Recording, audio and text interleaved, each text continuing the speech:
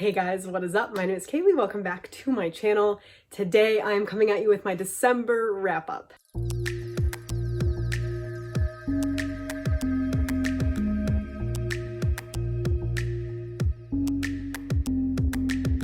In December I read 15 books, which is pretty insane because I got so sick that from the 23rd through literally the end of the year I didn't read anything except for one book that I DNF'd. So 15 books for the first 23 days, pretty insane. I did talk about a bunch of them during my Fantasy-a-thon vlogs, so I won't spend a whole lot of time on them, but I had 6 5 stars, 7 4 stars, and 2 3 stars. Pretty good reading month, I'm telling you. DNFing books you're not enjoying really helps your rating. Do it in 2020. All right, the 2 3-star books that I read were both audiobooks. So first up, I read We Met in December by Rosie Curtis. This is a contemporary romance about a girl who moves into a flat with a bunch of roommates, and their one rule is that you shouldn't have relationships with other people within the apartment. And she gains feelings for the guy that lives in the apartment. He's the only guy in the apartment, but he also secretly has feelings for her, except he's also kind of having a fling with one of the other roommates.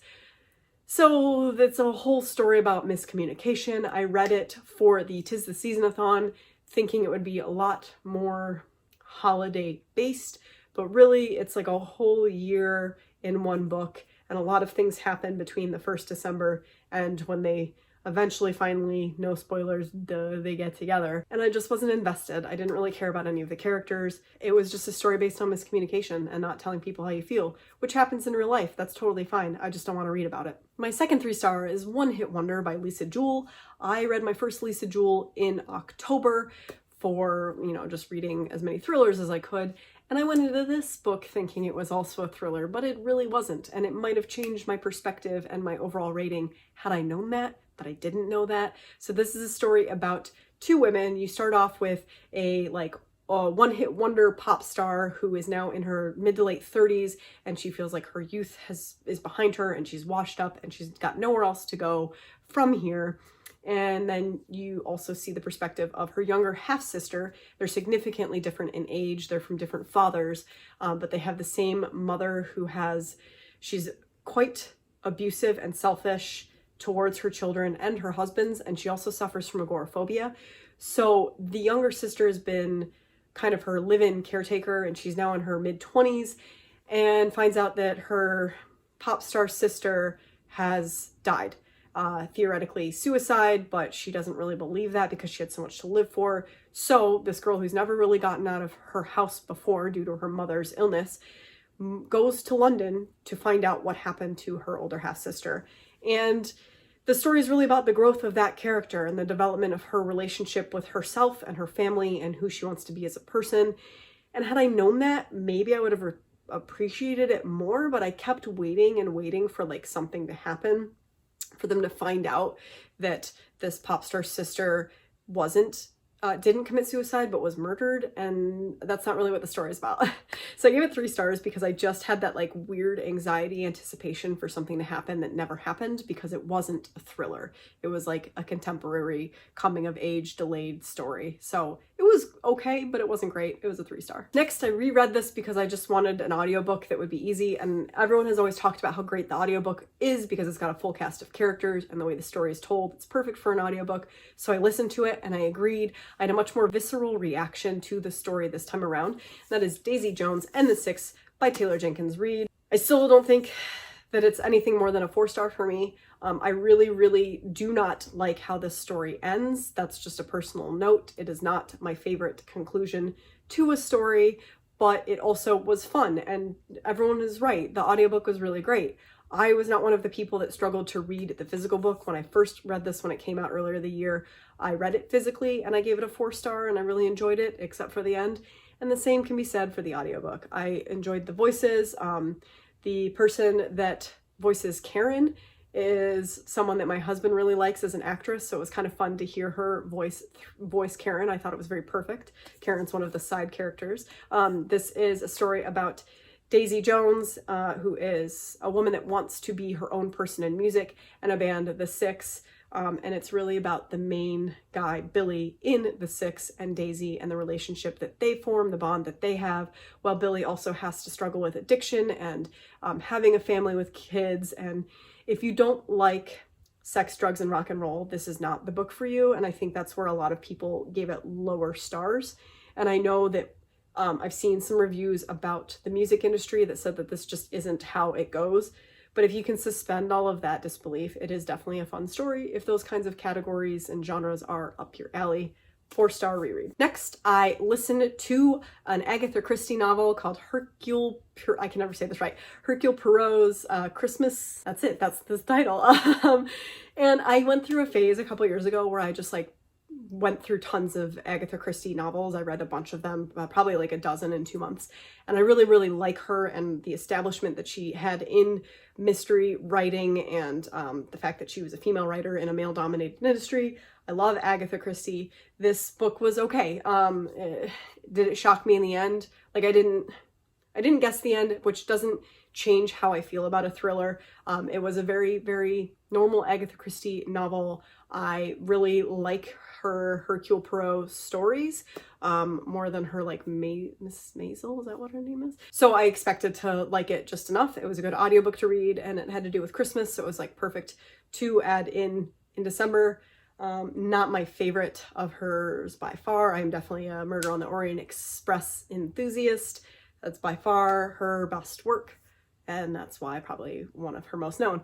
But that said, 4-star, pretty good. Next up is a book that I talked about in my Fantasython vlog, and that is Fruits Basket Volume 2. This is the collector's edition, so it is the bind up of Volume 3 and 4. I went into the first volume earlier this year, not knowing a thing about it, and absolutely fell head over heels for it. And I didn't feel that same feeling in this edition.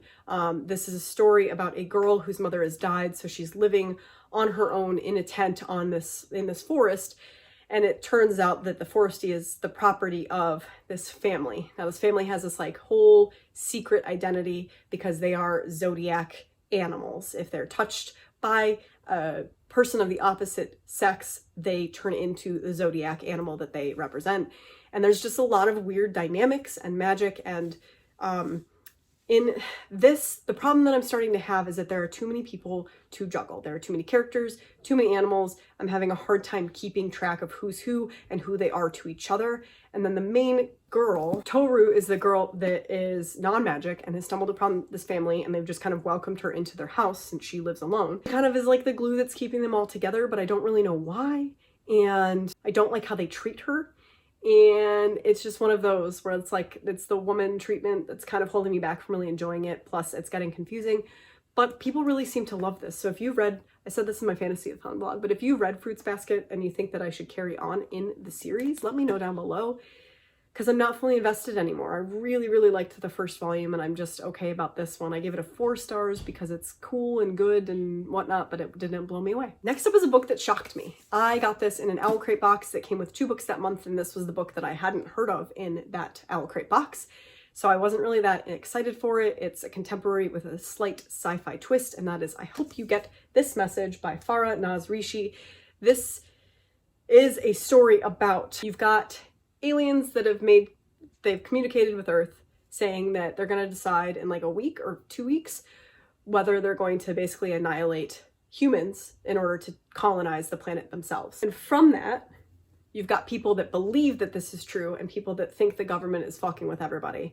And you're seeing 3 different stories by 3 different teenagers and kind of the fallout of their lives from that, like the things that they want to conclude in their lives, like the loose ends before possible world domination. So you've got one character who's like the bad boy, Jesse.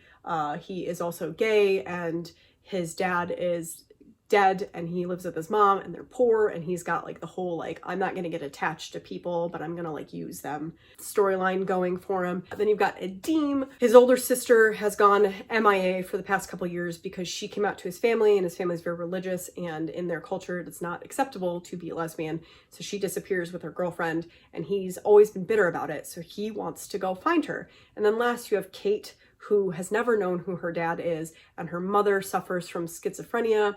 So she's been like a caretaker to her, but now she wants to find her dad because the world is ending. And the stories kind of weave through a lot of drama going on, and you've got like friendships, and you do have to suspend your belief in order to enjoy this story, I think, but I also think that it was a fun ride. So I haven't seen a lot of people talk about this because I don't know, I just haven't seen a whole lot of conversation about it. But I think if you like contemporary stories with a slight twist of sci-fi, because aliens really don't have a whole lot to do with it except to have like interspersed meetings, chapters of their like meetings. It's more about the aftermath of their existence and how it affects human beings today. It's very cool. It's almost, you're on the verge of like a post-apocalyptic story, but without actually being there yet. Like they're running out of gas and water and food, and shops are shut down, and they're trying to travel, and there's a whole lot going on. And I enjoyed it more than I thought I would. Slow to start, like probably because I, in my head, wasn't sure if I wanted to invest my time into it, but I read the second half of the book in like a day. So I do recommend it. Pretty good, solid 4-star. This next book I'm kind of on the fence about. It's probably a 3.5-star more than it is a 4-star. I started out absolutely in love with it, in love with the writing, in love with the story. I thought it was unique and beautiful, and then it kind of fell off that wagon for me. And that is The Starless Sea by Erin Morgenstern. I really, really, really loved The Night Circus. It was one of my favorite books the year that I read it, which I believe was 2017.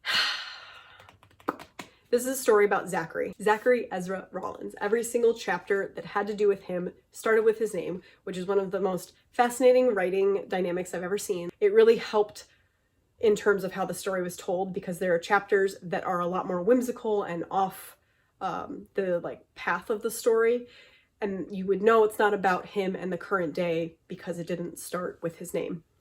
He is a college student that is into video games and the stories in video games. And he stumbles across a book in the library that has no ISBN. No one knows where the book came from or who wrote it or whatnot. And he starts reading it. And one of the stories he stumbles upon is a story about him from his childhood. So the book kind of takes hold of him, and he decides he needs to find out where this book came from, what the story is behind it.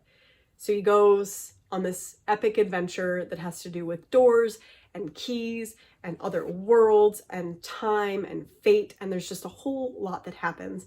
It's very whimsical. There's also queer rep in it. Zachary is gay, and I don't know, man. It was a love story about people and time and fate and fairy tales and alternate realities, and how time is interwoven and not real and not linear, and all of that was so incredible, but I think it meandered a little bit. In the middle, it got a little slow. When I first started reading this, it's all I could think about. And then about 250 pages in, I started to lose the story. And by the end, I was just telling myself to finish it. And I didn't really care about it by the end. That sounds terrible because I still gave it a 4-star because it was so beautifully written and it was such a unique plot. But I think the plot that could have been got lost along the way, and it could have been shortened and more impactful, and that's just how I feel. Some people absolutely are head over heels in love with this book and give it a total easy 5 stars. I've seen a lot of people DNF it as well, and it just like The Night Circus, it's very polarizing, but I gave it a 4-star. The next 2 books are also books for my fantasy-a-thon, much like The Starless Sea, so if you want more information on them, I would check those out, but that is Arch Enemies and Supernova.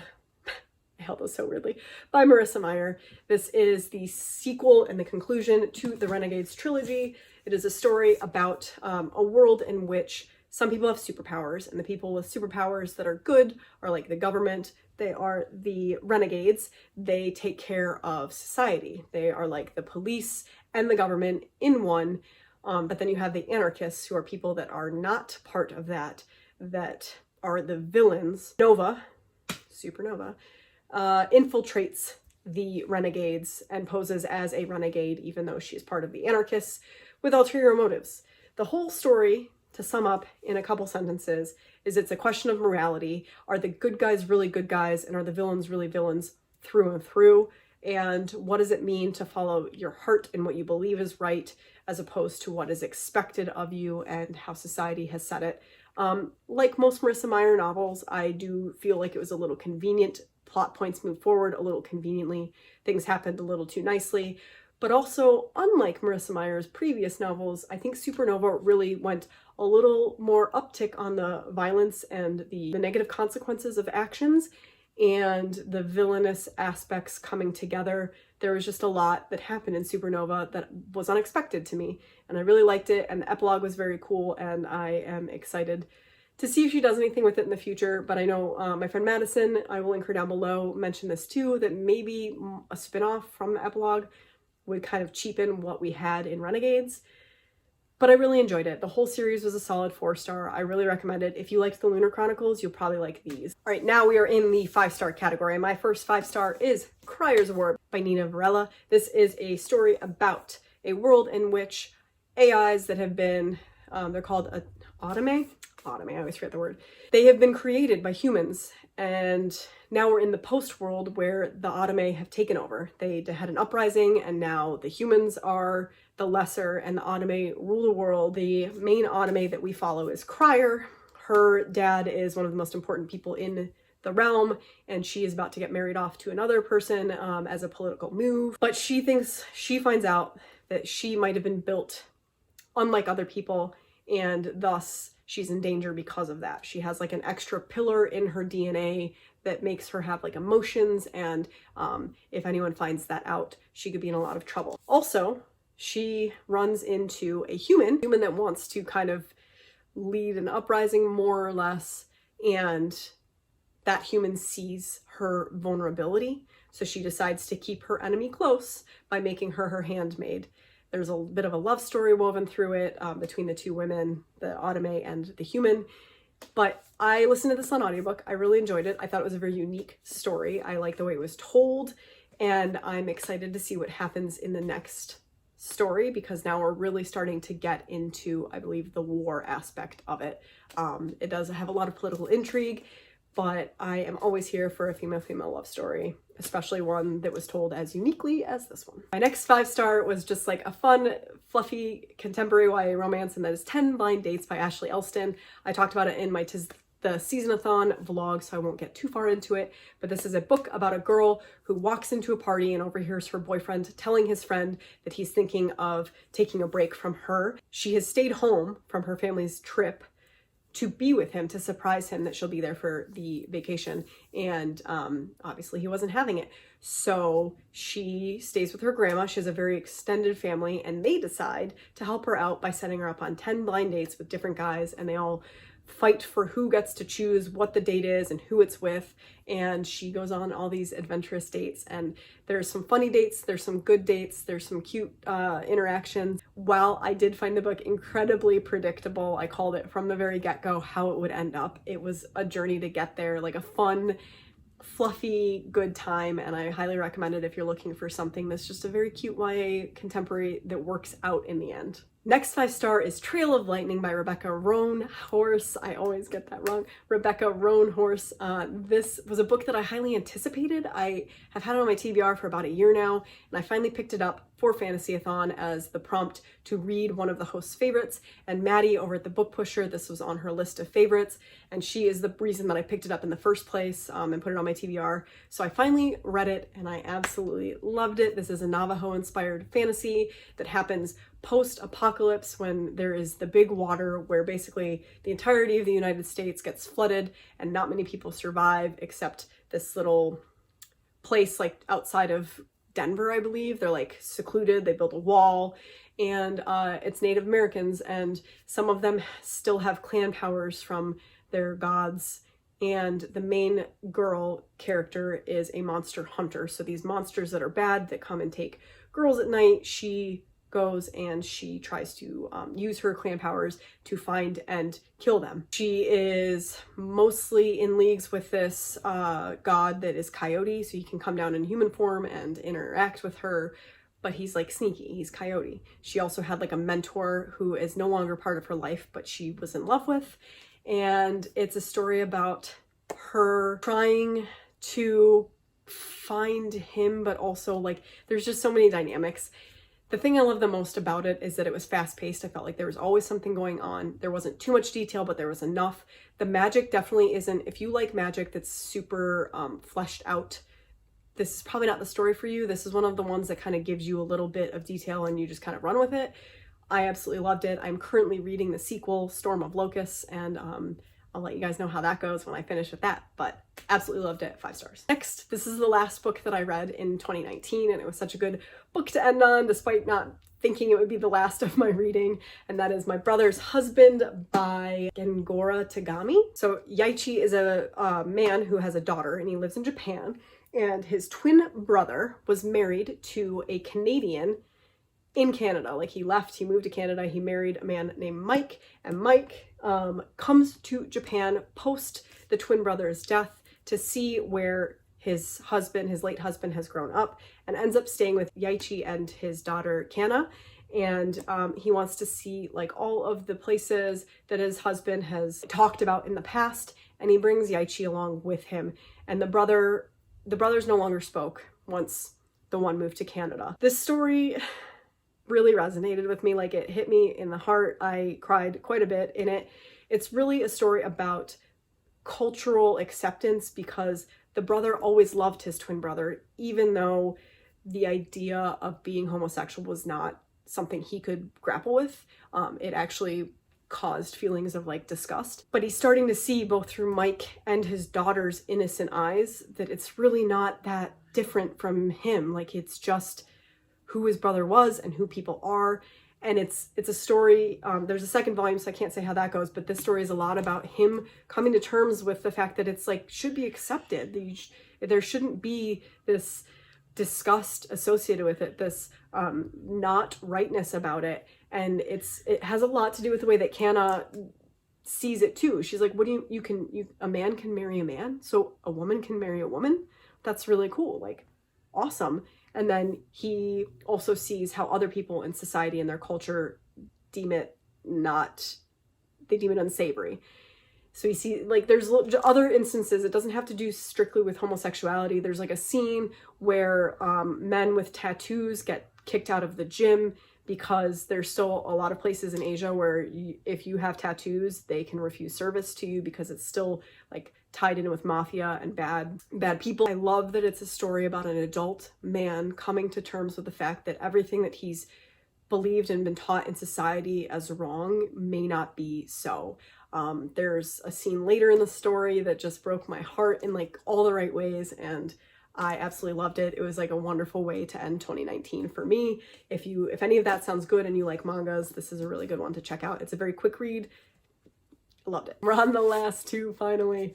All right. I've talked about these books a lot because I did read both of these for a vlog. One, did I? I don't know, whatever.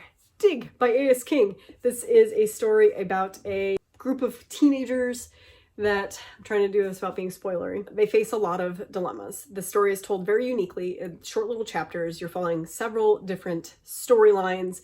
You've got an older set of grandparents that have 4 children, and those 4 children have children, and you kind of hear how they are and how they've grown up, and the old school beliefs they hold, the racism that's deep in their veins, that run from their childhood and their blood, and things that they have dealt with their whole lives, and a secret that the grandmother has kept, and just the dynamics of their relationship. But then you also see these teenagers that are dealing with their own circumstances, abusive parents, alcoholic parents, parents that are poor and struggling. There's just so many different layers and dynamics, and the way the story is woven and told is magical. It's like magical realism, and I don't know, I absolutely loved it. I don't know how else to explain it without giving it away, but there's a lot to unpack in this, and I read it very quickly because of the fact that it is told in short little chapters. I just highly recommend it. I'm probably going to be talking about this book a lot in the future, and I think that if you at all are interested in something like that, check it out. There's a lot of trigger warnings for the things I've mentioned: abuse, alcoholism, racism, sexual assault. There's just a whole bunch of trigger warnings, but I feel like it's told in a very good way. How to handle those topics in the best way was accomplished by A.S. King, and I will highly recommend this forever. And last but not least, my favorite book of December is Neanderthal Opens the Door to the Universe by Preston Norton. I feel like I read this book forever ago because I read it in the beginning of December, and that just feels like ages ago. This is a story about a boy named Cliff who is referred to as Neanderthal by his classmates because he is 6'5" and 250 pounds, and he is an outcast. His brother commits suicide earlier in the year, so he is like alone, totally alone. He has an abusive alcoholic father. He lives in a trailer. He is like the least likely person to befriend the quarterback of the high school football team, and yet it happens, and together they go on this adventure to try and better the school. It is funny, like laugh out loud funny, the way that Cliff sees things, the way that he, not even just the humor aspect in it, but the way that he processes information and feelings and how he views other people was so unique and fun and fascinating. And it's really just a journey about Cliff finding himself and his purpose, and about growth of characters, teenagers, adults, just growth and change and coming together and falling apart and coming to terms with things that have happened to you and dealing with it. And I thought all the side characters were great and everyone served a purpose. There was only one part that felt convenient near the end, but it didn't ruin my enjoyment of the novel, and I highly recommend it. 100% check this book out, please. And that is it for me. That is my December wrap up. I've said in other videos, and I'll say it again here, that I'm trying to take a backseat in reading so much every month, not just because these wrap-ups end up taking half an hour or more, but because I have other hobbies I'd like to focus on. So I'm going to prioritize those also, so my wrap-ups won't be 15 to 17 books long every month. Hopefully we'll see how it goes. In any case, thank you for being here. Thanks for always sticking through these long explanations. Let me know down below what your favorite book was in December, and if you've read any of these and agree with my ratings. I hope that you're having a wonderful new year. Happy 2020.